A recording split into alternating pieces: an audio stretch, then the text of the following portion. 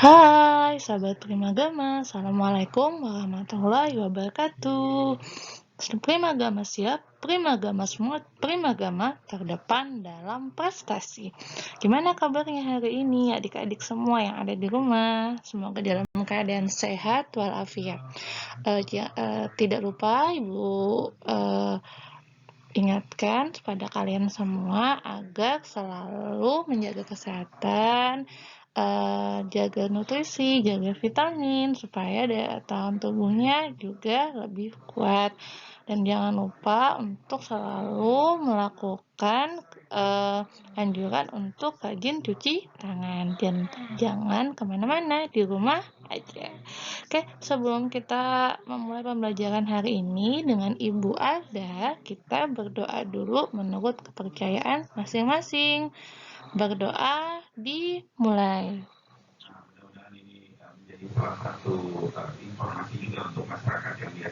Berdoa selesai. Oke, kita lanjutkan. Hari ini kita akan membahas tentang kelarutan dan hasil kali kelarutan atau disingkat dengan KSP. Nah, jadi kelarutan itu adalah jumlah maksimal zat terlarut yang dapat larut dalam pelarut. Maksudnya gimana? Jadi gini, ada batasan paling banyak atau paling maksimal zat terlarut itu boleh masuk ke dalam pelarut. Lebih dari itu, maka zat itu udah nggak bisa larut lagi. Kalau nggak bisa larut lagi gimana? Maka dia akan menghasilkan endapan atau mengendap. Jadi, setiap zat yang kita masukkan ke dalam pelarut dengan volume tertentu ada batasannya. Dia nggak bisa asal masuk. Nah, dia nggak akan bisa terus larut. Jadi ada batasan sampai di mana dia paling bisa untuk larut. Selebihnya, maka dia akan jadi endapan gitu. Nah, contohnya nih, kelarutan AgCl katanya dia punya 1,25 kali 10 pangkat 5 mol per liter. Artinya gini, paling banyak AgCl ini bisa larut dalam jumlah 1,25 kali 10 pangkat 5 mol dalam tiap liter larutan. Jadi kalau yang masuk itu kurang dari jumlah itu, berarti dia masih bisa larut. Ditambahin lagi juga masih bisa larut. Tapi kalau yang dimasukin pas dengan batas kelarutan itu, ya berartinya dia nanti kalau ditambahin dikit lagi, maka akan mengendap. Tapi kalau yang dimasukin lebih dari nilai itu, maka otomatis dia nggak akan bisa larut karena melebihi dari batas maksimalnya. Jadi karena nggak akan bisa larut, maka dia akan mengendap. Terus, nah, Ibu contohkan tadi AgCl. AgCl itu nanti kalau dia terurai, dia akan jadi Ag plus plus Cl min. AgCl ini nanti akan terionisasi. Jadi rata-rata untuk senyawa-senyawa pada hasil kali kelarutan itu nanti akan terionisasi jadi ion-ion hasil ionisasinya, sehingga dikenal juga dengan ion-ion yang bersifat elektrolit. Nah, untuk kelarutan tidak selalu bergantung pada jumlah zat yang bisa larut, tapi ternyata dia juga dipengaruhi oleh jenis zat pelarutnya. Jadi nggak cuma zat apa yang dimasukin itu yang mempengaruhi kelarutannya, ternyata pelarutnya juga berpengaruh. Jadi yang mempengaruhi si larut atau tidaknya nggak cuma jenis zat larutnya ya, tapi juga zat pelarutnya. Oke, untuk kelarutan itu penjelasannya ya. Kita lanjut ya. Ada yang kedua adalah hasil kali kelarutan atau biasanya ditulis dengan KSP. KSP itu adalah perkalian konsentrasi ion-ion elektrolit yang suka larut dalam larutan jenuhnya. Dipangkatkan koefisiennya masing-masing. Maksudnya gini, jadi kalau tadi kita bahas kelarutan, maka hasil kali kelarutan itu adalah hasil perhitungan dengan cara mengalihkan konsentrasi ion-ion yang sudah diionisasikan tadi, dikalikan. Nah, dari larutan yang suka larut dalam larutan jenuh. Nah, jadi hasil KSP ini nanti ketika kita hitung atau kita kalikan, maka akan dapat suatu nilai yang dimana kalau kita bandingkan dengan nilai KSP atau nilai kelarutan data, maka kamu akan tahu apakah nanti dia masih bisa larut, apakah nanti dia tepat jenuh ataupun lewat jenuh. Nah, misalnya nih, kita contohkan dalam bentuk rumus senyawa AXBY. Jadi ada senyawa XBY terionisasi jadi A Y plus dengan koefisien X dan ZBX min dengan koefisien Y. Jadi senyawa ini nanti bisa dihitung hasil kali kelarutannya dengan cara mengalihkan konsentrasi AY plus tadi dengan konsentrasi B min dibagikan dengan konsentrasi si AXBY-nya. Ini untuk menghitung kesetimbangannya aja. Nah, karena senyawa ion itu suka larut, jadi oleh karena itu jadinya harga kesetimbangan AXBY itu nilainya tetap atau dianggap tetap atau konstan. Jadi hasil kali kelarutan itu hasil kali kelarutan ini hanya diperhitungkan dari ionisasi konsentrasinya, ionisasi dari zat-zatnya. Jadi konsentrasi, ini tadi jadi kesetimbangan kelarutan hasil kali kelarutannya. Jadi KSP dari AXBY-nya bisa dihitung dengan konsentrasi AY plus dipangkatkan dengan X-nya, karena X-nya itu koefisiennya, dikalikan dengan konsentrasi BX min pangkat Y-nya.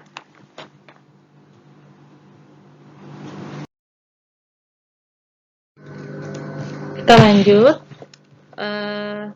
Tadi dari penjelasan sebelumnya, bahwa hasil kali konsentrasi A dengan konsentrasi B itu akan mempengaruhi kejenuhan larutan. Maksudnya gimana? Jadi gini, jadi kalau hasil kali antara dua zat tadi, maka nanti akan ada 3 keadaan atau 3 kondisi.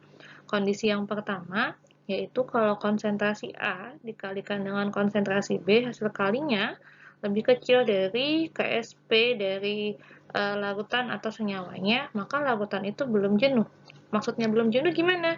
Belum jenuh itu atau senyawa tadi dimasukin lagi ke dalam pelarutnya, maka nanti dia tidak akan mengendap. Berarti dia masih bisa larut. Jadi masih ada kemungkinan untuk ditambahin lagi dan tidak akan mengendap, jadi tetap larut. Yang kedua, kondisinya, kalau konsentrasi A dikalikan konsentrasi B, hasil kalinya itu nilainya pas sama persis dengan KSP-nya, berarti artinya larutannya itu tepat jenuh. Maksudnya tepat jenuh, artinya dia sudah mau mulai mengendap, tapi belum mengendap. Jadi pas dimasukin zatnya, maka itu pas-pasan dengan batas maksimum pelarutnya masuk ke zat terlarutnya masuk ke dalam pelarutnya. Jadi kalau nanti ditambahin lagi, maka zat yang ditambahkan tadi itu tidak akan bisa larut, maka dia nanti akan mengendap. Itu maksudnya tepat jenuh. Keadaan yang ketiga itu adalah kalau nanti hasil kali antara konsentrasi A dan konsentrasi B itu nilainya lebih besar dari KSP-nya, maka dia dikatakan dengan lewat jenuh. Lewat jenuh di sini artinya zat yang dimasukkan itu nilainya melebihi dari batas maksimal zat terlarut yang harus masuk dalam pelarut. Karena sudah melewati batas maksimal, maka dia akan sulit untuk larut, sehingga dia akan mengendap, menghasilkan endapan. Nah, dari keadaan itu nanti kalian bisa menentukan nanti yang mana yang belum jenuh, yang mana yang tepat jenuh, bahkan lewat jenuh. Nah, dari sini kita bisa menentukan nih KSP dari beberapa zat yang rumus molekulnya berbeda. Kemudian, sekarang kita tentukan rumus KSP beberapa elektrolit. Jadi kebetulan elektrolit itu ada 3 jenis sih. Yang pertama ada elektrolit biner, yang kedua elektrolit ternar, yang ketiga elektrolit kuartaner. Kita coba ya satu-satu ya. Elektrolit biner itu rumusnya AB. Jadi kalau diuraikan, reaksi kesetimbangannya jadi gini. AB terurai jadi A plus B min. Jadi kalau seandainya kita misalkan kelarutan AB itu L, maka karena A plus dan B min itu sama-sama koefisiennya juga 1, maka kelarutannya juga sama-sama L dan L. Jadi dari rumus kesetimbangan ini kita bisa menentukan nih KSP AB-nya. Jadi KSP AB sama dengan konsentrasi A plus dikalikan konsentrasi B min. A plusnya kita masukkan, yaitu L. B minnya juga L. Jadi kan kalau dihitung, dikalikan L kali L, berarti L kuadrat. Jadi KSP dari AB itu L kuadrat. Kalau mau dicari L-nya, berarti tinggal L sama dengan akar dari KSP, gitu ya. Nah, itu untuk elektrolit binar. Kalau untuk elektrolit ternal, lihat, ternal itu punya rumus A2B. Jadi nanti ZA-nya itu punya 2 koefisiennya. Jadi kalau kita tulis kesetimbangannya, A2B terurai jadi 2A plus B min 2. Karena A-nya itu punya 2 koefisien, otomatis kalau kita misalkan A2B itu kelarutannya L, berarti 2A plus, maka kelarutannya 2L. Dan B min 2-nya jadi kelarutannya L. Nah, dari reaksi kesetimbangan ini, kita bisa tentukan nih KSP A2B-nya. Jadi, konsentrasi dari A plus pangkat 2. Kenapa pangkat 2? Soalnya koefisiennya 2. Dikali dengan konsentrasi B min 2. Masukkan nilainya. A plusnya tadi 2L. Jangan lupa dipangkatin 2. Dikaliin sama L punya si B tadi. Jadi 2L pangkat 2 itu kan 4L pangkat 2. Dikali L lagi. Jadi hasilnya 4L pangkat 3. Gitu ya.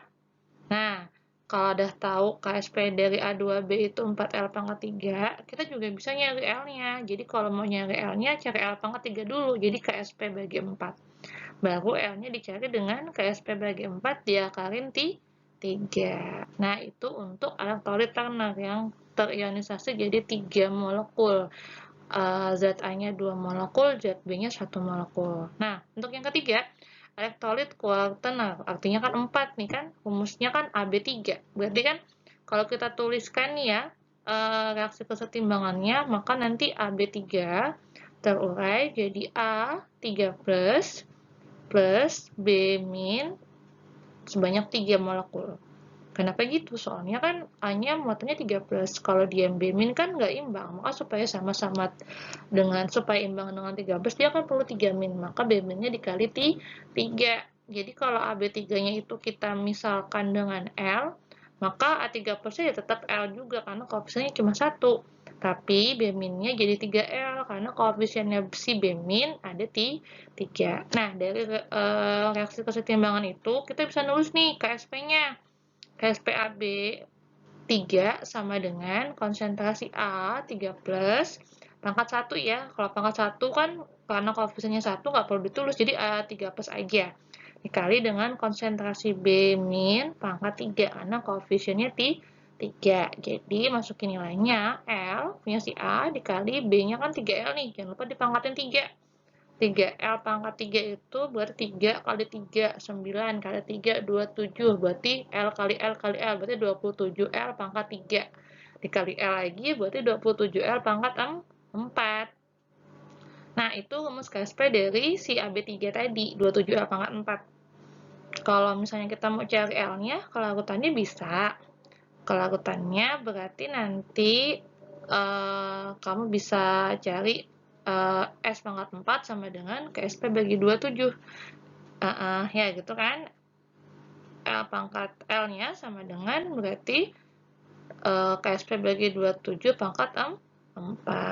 Akar KSP bagi 27 akar 4. Gitu ya. Nah.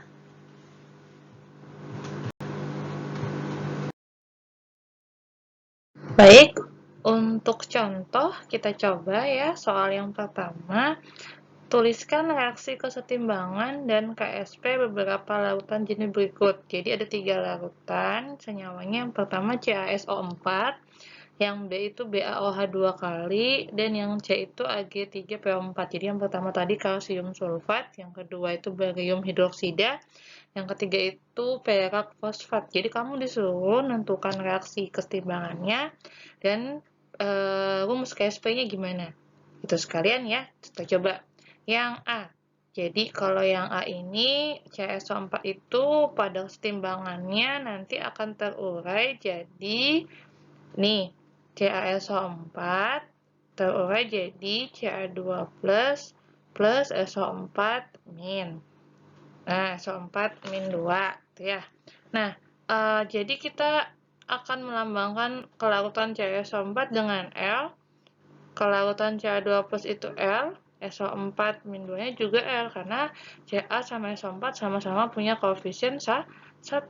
Jadi dari situ, itu reaksi kesetimbangannya. Terus untuk menentukan KSP-nya, kita bisa ambil dari reaksi tersebut. Jadi KSP CaSO4 sama dengan konsentrasi Ca plus, ya Ca2 plus, maaf, dikali konsentrasi SO4 2 min. Nah, itu rumus KSP-nya. Tapi kalau seandainya nanti minta dalam bentuk L, ya berarti Ca plusnya tadi L, SO4 min 2-nya juga L. Maka rumusnya adalah L pangkat 2. Nah, itu kalau rumus KSP-nya L kuadrat. Atau kalau misalnya ditanyakan rumus kelarutannya, kalau KSP-nya kayak gitu gimana? Bisa. Jadi L sama dengan akar dari KSP. Jadi kita balik gitu ya. Bisa ya? Soal yang pertama, yang kedua, yang B. Jadi kalau yang B ini barium hidroksida. Reaksinya ini BaOH 2 kali terurai jadi Ba2 plus dan OH min sebanyak 2. Maka kalau misalnya dimisalkan BaOH-nya L, maka Ba2 plusnya juga L karena koefisiennya sama-sama 1. Dan hidroksidanya jadi 2L karena koefisien hidroksida itu 2OH. Nah, itu reaksi kesetimbangannya. Kalau ditanya KSP-nya atau rumus KSP-nya, maka KSP BaOH 2 kali itu berarti konsentrasi dari Ba2 plusnya dikali dengan konsentrasi OH min 2-nya itu kamu pangkatkan. Koefisiennya tadi dipangkatkan OH-nya. Jadi kalau kita masukkan dalam bentuk permisalan kelarutan, berarti Ba-nya L, dikali OH min-nya kan 2L, tapi pangkat 2. Jadi kan L kali 2L pangkat 2. 2L pangkat 2 itu nanti hasilnya 4L pangkat 2, baru dikalikan L punya BA tadi. Jadi 4L pangkat 3. Itu rumusnya KSP dari BaOH 2 kali. Kalau mau dibalik nih, KSP-nya diketahui BaOH-nya, tapi tanya L-nya, ya udah bisa. Berarti KSP dibagi 4 sama dengan L pangkat 3. L sama dengan, berarti KSP bagi 4 akar 3. Gitu ya. Nah, terus yang ketiga, ada Ag3PO4. Di situ kita menguraikan Ag3PO4-nya jadi 3Ag plus ya. Jadi Ag itu kan muatannya 1 plus, tapi kan di situ indeksnya 3, berarti koefisiennya Ag 3. Dan terus satu lagi sama senyawa poliatom, yaitu fosfat PO4 min 3, gitu ya. Nah, kalau kita tuliskan, kita misalkan Ag3PO4 sebagai L, maka Ag-nya jadi Ag-nya tadi, karena dia Ag plus tapi koefisiennya 3, maka Ag-nya 3L. PO4-nya L aja, gitu ya. Nah, dari itu reaksi kesetimbangannya. Dari situ kita bisa menentukan nih KSP-nya. KSP dari Ag3PO4. Berarti kan Ag plus pangkat 3 dikali PO4 pangkat min 3. Tapi nggak dipangkatin ya. Itu muatan PO4-nya emang min 3, tapi dipangkatinnya 1 aja. Jadi Ag plus pangkat 3-nya L pangkat 3 dikali PO4-nya kan 3L, PO4-nya tadi kan L aja ya. PO4-nya tadi L aja. Maka, maaf tadi. Berarti Ag tadi kan Ag plusnya tadi kan 3L pangkat 3 dikali PO4-nya tadi kan L, L-nya nggak dipangkatin gitu ya. Jadinya kalau 3L pangkat 3 berarti kan sama dengan 27L pangkat 3 dikali L lagi berarti 27L pangkat 4. Nah, itu rumus KSP dari A3P4. Kalau ditanya L-nya, berarti rumusnya sama sih kayak nomor 2. Selanjutnya, kita lanjut. Contoh yang kedua, tuliskan reaksi kesetimbangan dan kelarutan aluminium hidroksida. Apabila KSP dari aluminium hidroksida tadi 2,7 kali 10 pangkat min 3. Jadi, kalau kita jawab, kita tulis dulu ya reaksi kesetimbangan larutan jenuh AlOH3-nya, yaitu kalau aluminium hidroksida itu kan rumusnya AlOH 3 kali. Jadi, kalau terurai, dia akan jadi Al 3 plus 3 OH min, karena muatan dari Al itu 3 plus. Jadi kalau kita misalkan LOH3-nya L, maka BA3 plusnya L juga, koefisiennya sama, tapi OH-nya jadi 3L karena koefisiennya 3. Nah, dari sini kita tentukan rumus KSP-nya. Rumus KSP dari LOH3 adalah Al3 plus dikalikan dengan OH min pangkat 3, karena koefisien OH kan 3, itu dipangkatkan. Nah, nilainya dimasukkan, AL-nya tadi L, OH-nya kan 3L, pangkatkan 3, jangan lupa ya. Terus, jadinya kan, kalau 3L pangkat 3, 27L pangkat 3 kali L lagi, jadinya 27L pangkat 4. Itu dapat rumus KSP-nya. Karena KSP di soal itu sudah ada nilainya, 2,7 kali 10 min 3, tinggal kamu nyari L-nya. Berarti kalau nyari L-nya, dari rumus KSP tadi kita balik. L sama dengan KSP dibagi 27 akar 4. Udah, kalau gitu kita masukkan nilainya. 20, itu kan soalnya 2,7 kali 10 pangkat min 3. Supaya enak sama-sama bisa dibagi 27, maka 2,7 kali 10 min 3-nya kita mundurkan nih komanya jadi 27, tapi pangkat jadinya berubah jadi 10 min 4. 27 kali 10 pangkat min 4. Jadi 27-nya bisa nih dicoret dengan 27 gitu kan. Jadinya kan tinggal 1 kali 10 pangkat min 4 diakarkan 4. Untuk yang terakhir, contoh soal yang ketiga. Jadi soalnya diketahui KSP dari seng hidroksida itu 1 kali 10 pangkat min 5. Berapakah pH larutan jenuh seng hidroksida? Oke, jadi tugas kita sekarang nuliskan dulu reaksi kesetimbangannya. Reaksi kesetimbangan aluminium hidroksida ini yaitu ZnOH 2 kali terurai jadi Zn 2 plus dengan ion hidroksida sebanyak 2. Jadi Zn 2 plus 2 OH min. Jadi kalau kita misalkan ZnOH 2 kalinya itu L kelarutannya, maka Zn2 plusnya L aja karena koefisiennya sama. Tapi OH minnya 2L karena koefisien OH itu ada 2. Nah, kalau sudah tahu reaksi kesetimbangannya, kita masukkan reaksi tersebut dalam rumus KSP ZnOH 2 kali. Jadi rumusnya Zn2 plus konsentrasinya dikalikan dengan konsentrasi OH min, jangan lupa dipangkatin 2 karena koefisiennya. Zn-nya tadi L, dikalikan OH minnya kan 2L, jangan lupa dipangkatin 2. Jadi KSP-nya 4L pangkat 3 karena L pangkat 2-nya tadi dikalikan L lagi. Nah, dari situ kan baru dapat rumus KSP, sementara yang ditanyakan pH. Apa hubungannya? Jadi kita cari dulu kelarutan dari KSP yang diketahui, karena KSP-nya yang diketahui. Kalau mencari kelarutannya, L-nya berarti L sama dengan akar dari KSP dibagi 4. Akarnya angka 3 ya. Nah, kita masukkan nilainya. Karena tadi 1 kali 10 pangkat min 15, KSP-nya dimasukkan dibagi 4. Kalau dibagi gitu kan agak ini sih, angkanya agak-agak jadi 0,1 bagi 4 kan 0,25. Jadi kalau ibu permudah aja. Jadi ibu mundurin pangkatnya jadi 10 kali 10 pangkat min 16 bagi 4. Nah, ketika dimundurkan, maka 10 bagi 4 kan dapatnya 2,5 ya. Nah, pangkatnya kan 10 pangkat min 16 dibagi 3. Nah, 10 pangkat min 16-nya dibagi 3. Gitu. Atau kalau misalnya langsung juga bisa. Jadi 1 kali 10 pangkat min 15 dibagi 4 dapatnya 0,25 kali 10 pangkat min 5. Nah, itu dimajuin komanya jadi 2,5 kali 10 pangkat min 4 min 6 gitu ya. Terus dari situ kita nentukan pH-nya.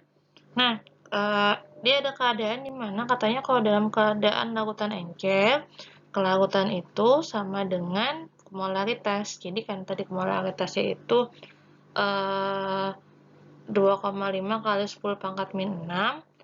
Jadi kita hitung deh pH-nya, tapi nggak bisa langsung hitung pH, karena ini kan kebetulan hidroksida, jadi pOH dulu. pOH sama dengan min log OH min. Maka nilai OH minnya dimasukin min log 2,5 kali 10 pangkat min 6. Terus nanti hasilnya jadinya 6 min log 2,5. Itu dapat POH-nya. Baru kita ngitung pH. pH itu rumusnya 14 dikurang POH. 14. Kita masukin ke rumusnya 14 dikurang 6 min log 2,5. Sampai sini nanti tinggal dihitung. 14 kurang 4 dapatnya 14 kurang 6 dapatnya kan 8. 8 min ketemu min plus, jadi 8 plus log 2,5. Sampai situ sudah benar sih. Kalau kamu mau nilainya lebih detail lagi boleh, nanti cari di kalkulator gitu. Log 2,5 berapa? Oh, log 2,5 itu 0,397 gitu. Berarti 8 ditambah 0,397 jadinya 8,3. Itu pH-nya ya. Oke, sampai di sini contoh yang ketiga. Ibu berharap semoga kalian paham. Jadi semoga bisa dipahamin dan bisa dipelajari lagi. Bisa latihan di rumah ya dengan soal-soal yang ada di buku kalian. Kalau ada yang belum jelas atau tidak paham, bisa silahkan ditanyakan ke bagian administrasi Primagama Pangkalan Bun. Primagama siap, Primagama smart, Primagama terdepan dalam prestasi. Ibu akhiri, Assalamualaikum warahmatullahi wabarakatuh. Sampai jumpa.